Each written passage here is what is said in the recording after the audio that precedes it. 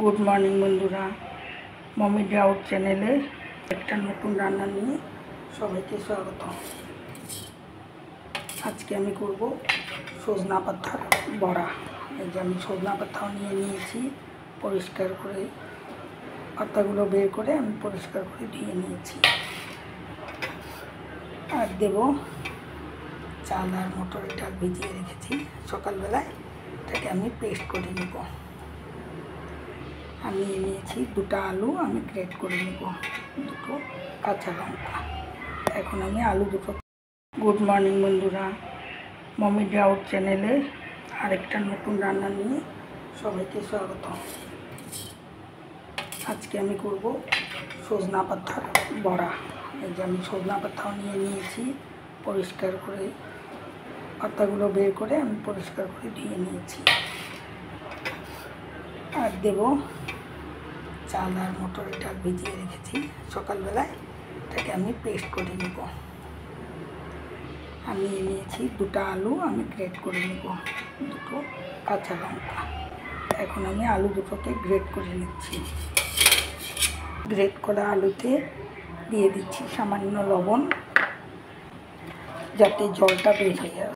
আমি লবণ রেখে 5 মিনিটের মতো গ্রেট করা আলুর মধ্যে যে জলটা বেরিয়েছিল সেটা আমি ফেলে দিয়েছি। এখন পেস্ট করা ডাল আর চাল পিঠা নিয়ে নিচ্ছি। 1 চামচ পরিমাণ বেসন, 1 চামচ পরিমাণ সুজি,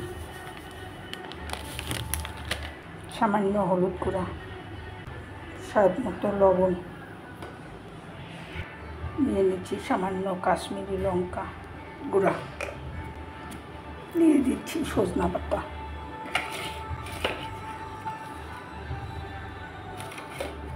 সামান্য চিনি। এখন আমি ভালো করে মেখে নেব।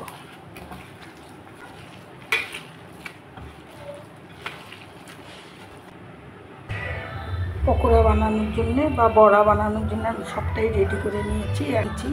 আমি পকোড়ার মতো করে ভেজে নেব।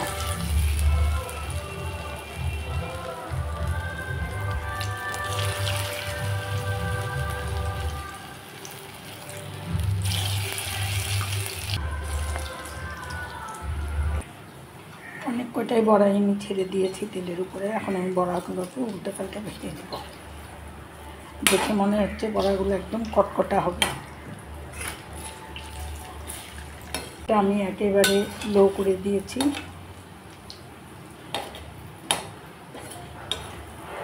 লো ফ্লেমে আমি এখন বড়াগুলোকে ভেজে নেব। বড়াগুলোকে ভেজে নিলাম পকোড়ার মতো করে। পকোড়াও বলতে পারে, বড়াও বলতে পারে। হয়ে গেল আমার পকোড়া, হয়ে গেল আমার সজনা পাতা আর গ্রেট করা আলু দিয়ে পকোড়া। পকোড়াটা যদি তোমাদের ভালো লাগে তবে অবশ্যই একটা লাইক, কমেন্ট আর শেয়ার করে দিও।